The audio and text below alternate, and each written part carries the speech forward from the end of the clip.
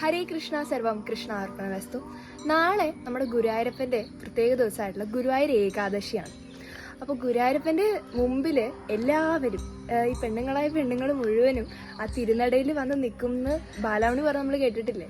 അപ്പം അതേപോലെ നാളെ എല്ലാവരും ആ ഗുരുവായൂരപ്പൻ്റെ മുമ്പിൽ ഗുരുവായൂരപ്പനെ ഒരു നോക്ക് കാണാനായിട്ട് മണിക്കൂറുകളോളം ക്യൂ നിന്ന് ആ വ്രതമൊക്കെ ആചരിച്ച് ഏകാദശി നോക്കുന്ന ആ പുണ്യ ദിവസമാണ് നാളെ ഗുരുവായൂർ ഏകാദശി. അപ്പോൾ എന്താണ് ഈ ഗുരുവായൂർ ഏകാദശി ഇത്ര പ്രാധാന്യം? നമ്മൾ കേരളത്തിലുള്ളവരാണ് ഗുരുവായൂർ ഏകാദശിയായിട്ട് ആചരിക്കുന്നത്. അത് ഈ ഏകാദശി, നാളത്തെ ഏകാദശി മോക്ഷത ഏകാദശി ആയിട്ടാണ് ബാക്കിയുള്ള സ്ഥലങ്ങളിലൊക്കെ. അപ്പോൾ ഈ ഗുരുവായൂർ ഏകാദശി ദിവസം എന്തൊക്കെയാണ് ഗുരുവായൂർ അമ്പലത്തിലുള്ള പ്രാധാന്യങ്ങൾ, എങ്ങനെയാണ് നമ്മൾ ഗുരുവായൂർ ഏകാദശി എടുക്കേണ്ടത് എന്നൊക്കെയുള്ള കാര്യങ്ങൾ നമുക്കൊന്ന് അറിഞ്ഞാലോ. അപ്പോൾ ഗുരുവായൂർ ഏകാദശിക്ക് ഏറ്റവും വലിയ പ്രാധാന്യം എന്ന് പറയുന്നത്, നമ്മൾ ഗുരുവായൂർ അമ്പലത്തിൽ ഭഗവാനെ കാണാൻ പോകുമ്പോൾ 56 മണിക്കൂറുകളോളം നമുക്ക് ഭഗവാന്റെ നട അടയ്ക്കുകയില്ല എന്നാണ് പറയുന്നത്. അപ്പം അത്ര നേരം ആ ഭഗവാന്റെ ഭക്തനെ കാണാനായിട്ട് ഈ ഏകാദശി ദിവസം നട അടയ്ക്കാതെ, ആ ചിമ്മാതെ ഭഗവാൻ നമ്മളെ കാണാൻ വേണ്ടി ആ നിറഞ്ഞ് ആ അത്രയും ഭംഗിയോടുകൂടെ ആ വിളക്കുകളൊക്കെ ആയിട്ട് അത്ര മനോഹരമായിട്ട് ഈ ഏകാദശി ദിവസം നമ്മളെ കാണാനായിട്ട് അത്ര നേരം നട തുറന്ന് ഇരിക്കുന്ന ദിവസമാണ് നാളെ ഗുരുവായൂർ ഏകാദശി ദിവസം. മാത്രമല്ല നാളെ ഭഗവാന് ഉദയാസ്തമന പൂജ ഉണ്ടാവും. പിന്നെ ഗുരുവായൂർ അമ്പലത്തിലുള്ളൊരു പ്രത്യേകത എന്ന് പറയുന്നത്, നാളെ ഭഗവാന് സ്വർണ്ണക്കോലത്തിലുള്ള എഴുന്നള്ളിപ്പുണ്ടാവും. അതായത് ഏകാദശി ദിവസം ഭഗവാന് രാവിലെ ഒരു എഴുന്നള്ളിപ്പുണ്ട്. അതായത് നമ്മൾ ഉദയാസ്തമന പൂജ ഭഗവാന്റെ നടക്കുന്ന സമയത്ത് പുറത്ത് ഭഗവാൻ ഒരു 9:30 ആ സമയത്തിലൊക്കെ ഭഗവാൻ പുറത്ത് സ്വർണ്ണ കോലത്തിൽ എഴുന്നള്ളിപ്പിക്കുന്ന ഒരു ചടങ്ങുണ്ട്. അത് കഴിഞ്ഞ് ഈ ഏകാദശി എല്ലാം കഴിഞ്ഞ് 2-ാം തീയതി, അതായത് ഏകാദശിയുടെ അന്ന് രാത്രി അർദ്ധരാത്രി മുതൽ ദ്വാദശിയുടെ അന്ന് രാവിലെ വരെ ദ്വാദശി പണം സമർപ്പിക്കുന്ന ഒരു ചടങ്ങുണ്ട്. അത് നമ്മുടെ ഗുരുവായൂർ അമ്പലത്തിനകത്തുള്ള കൂത്തമ്പലത്തിലാണ് ഈ ദ്വാദശി പണ സമർപ്പണം നടക്കുന്നത്. അങ്ങനെ നാളെ എന്ന് പറഞ്ഞാൽ ഭക്തജനങ്ങളെല്ലാവരും ആ ഗുരുവായൂരപ്പനെ കാണാനായിട്ട് ഗുരുവായൂരപ്പന് മുമ്പിൽ എത്തുന്നൊരു ദിവസമാണ്. അതും മണിക്കൂറുകളോളം ക്യൂ നിന്നാലാണ് നമുക്കന്ന് നാളെ ഭഗവാന്റെ അടുത്ത് എത്താനായി സാധിക്കുള്ളൂ. 2 വർഷം മുന്നേ ഈ ഏകാദശി ദിവസം എനിക്കും അവിടെ ഗുരുവായൂരപ്പന് മുമ്പിൽ പോയിട്ട് ഞങ്ങൾ 12 മണിക്കൂർ ക്യൂ നിന്ന് ആ ഗുരുവായൂർ ഏകാദശി ദിവസം ആ ഏകാദശി അനുഷ്ഠിച്ചുകൊണ്ട് തന്നെ ഭഗവാനെ കാണാനുള്ള അനുഗ്രഹം ഉണ്ടായി. ഈ വർഷം പക്ഷേ ബാലാമണി പറഞ്ഞതുപോലെ ഈ വർഷം ആ ഭഗവാന്റെ മുമ്പിൽ എത്താൻ സാധിച്ചില്ലെങ്കിലും ഇപ്പം ഇവിടെ നിന്നും ഭഗവാന്റെ ഏകാദശിനെ കുറിച്ച് പറയാൻ സാധിക്കുന്നതിൽ എനിക്ക് ഒരുപാട് സന്തോഷമുണ്ട്. ഏകാദശി നമ്മൾ എടുക്കേണ്ടത് എങ്ങനെയാണെന്ന് വെച്ചാൽ, ഏകാദശി 3 ദിവസമായിട്ടാണ് നമ്മൾ എടുക്കേണ്ടത്. അപ്പോൾ ഇന്ന് ദശമിയാണ്. ഇന്ന് നമ്മൾ ഒരിക്കൽ വ്രതം അനുഷ്ഠിച്ചുകൊണ്ടാണ് നമ്മൾ ഏകാദശി എടുക്കാൻ തുടങ്ങേണ്ടത്. അതായത് ഇന്ന് ഒരു നേരം മാത്രമാണ് നമ്മൾ അരി ഭക്ഷണം കഴിക്കാൻ പാടുള്ളൂ. അപ്പോൾ അങ്ങനെ ആരംഭിച്ച് നമ്മൾ ഏകാദശി ദിവസം നമുക്ക് 3 രീതിയിൽ, പല രീതിയിൽ നമുക്ക് ഏകാദശി അനുഷ്ഠിക്കാം.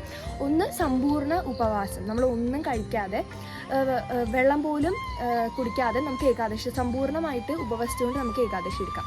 2ാമത് നമുക്ക് വെള്ളം മാത്രം കുടിച്ചുകൊണ്ട്, വേറെ ഒന്നും കഴിക്കാതെ വെള്ളം മാത്രം കുടിച്ചുകൊണ്ട് നമുക്ക് ഏകാദശി എടുക്കാം. 3ാമത് നമുക്ക് ഫലങ്ങൾ, ലഘുഭക്ഷണങ്ങളായിട്ടുള്ള ഫ്രൂട്ട്സ് അങ്ങനെയുള്ളതൊക്കെ കഴിച്ചുകൊണ്ട് നമുക്ക് ഏകാദശി എടുക്കാം. ഇത് ഏത് രീതിയിൽ നമ്മുടെ ആരോഗ്യനില നോക്കിയിട്ട് നമുക്ക് ഏത് രീതിയിൽ വേണമെങ്കിലും ഏകാദശി എടുക്കാം. ഞാനിപ്പോഴും പറയുന്ന കാര്യമാണ്, നമുക്ക് ആ നമ്മൾ ഉപവാസം എന്ന് പറയുന്ന വാക്കിൽ തന്നെ ഉപവാസം, അതായത് അടുത്ത് വസിക്കുക ഭഗവാനെ, നമ്മൾ ഫാസ്റ്റിംഗ് ആ ഒരു കോൺസെപ്റ്റിനേക്കാളും അപ്പുറത്ത് നമ്മൾ എല്ലാം ഭക്ഷണമൊക്കെ ഉപേക്ഷിച്ചുകൊണ്ട് നമ്മൾ ഭഗവാന്റെ അടുത്ത് വസിക്കുകയാണ്. എല്ലാം ഉപേക്ഷിച്ചുകൊണ്ട് സർവ്വവും ഭഗവാനിലേക്ക് സമർപ്പിച്ചുകൊണ്ട് ഭക്ഷണം വരെ ഉപേക്ഷിച്ച് നമ്മൾ ഭഗവാന്റെ കൂടെ വസിക്കുകയാണ്. അതാണ് ഉപവാസം എന്നുള്ളതിൻ്റെ അർത്ഥം തന്നെ. അപ്പം നമുക്ക് പറ്റാവുന്ന രീതിയിൽ എത്രത്തോളം നമ്മൾ ഡെഡിക്കേറ്റഡ് ആയിട്ട് ആ ഏകാദശി എടുക്കുന്നോ അതിലാണ് ഏറ്റവും കൂടുതൽ പ്രാധാന്യം എന്ന് പറയുന്നത്. അതായത് നമ്മൾ ഭഗവാന് വേണ്ടിയിട്ട് ചെയ്യുന്ന ഓരോ കർമ്മങ്ങൾക്കാണ് ഏറ്റവും അധികം പ്രാധാന്യങ്ങളുള്ളത്. അപ്പം നമ്മൾ ആ ഭക്ഷണത്തിൻ്റെ കാര്യങ്ങൾക്ക് ഉപരി നമ്മൾ ഭഗവാന് ഏറ്റവും ഡെഡിക്കേറ്റഡ് ആയിട്ട് നമ്മൾ നാമം ജപിച്ചുകൊണ്ട് നമുക്ക് കഴിയാവുന്ന എല്ലാം ഭഗവാന് വേണ്ടി ചെയ്യാന്നുള്ളതാണ് ഏകാദശി ദിവസം നമ്മൾ ഏറ്റവും കൂടുതൽ ശ്രദ്ധിക്കേണ്ടത്. നമുക്ക് അമ്പലത്തിൽ പോവാം, ഭഗവാന് ഭക്ഷണം സമർപ്പിക്കാം, ഭഗവാന്റെ മുമ്പിൽ നാരായണിയെ സമർപ്പിക്കാം, നാമം ചൊല്ലാം.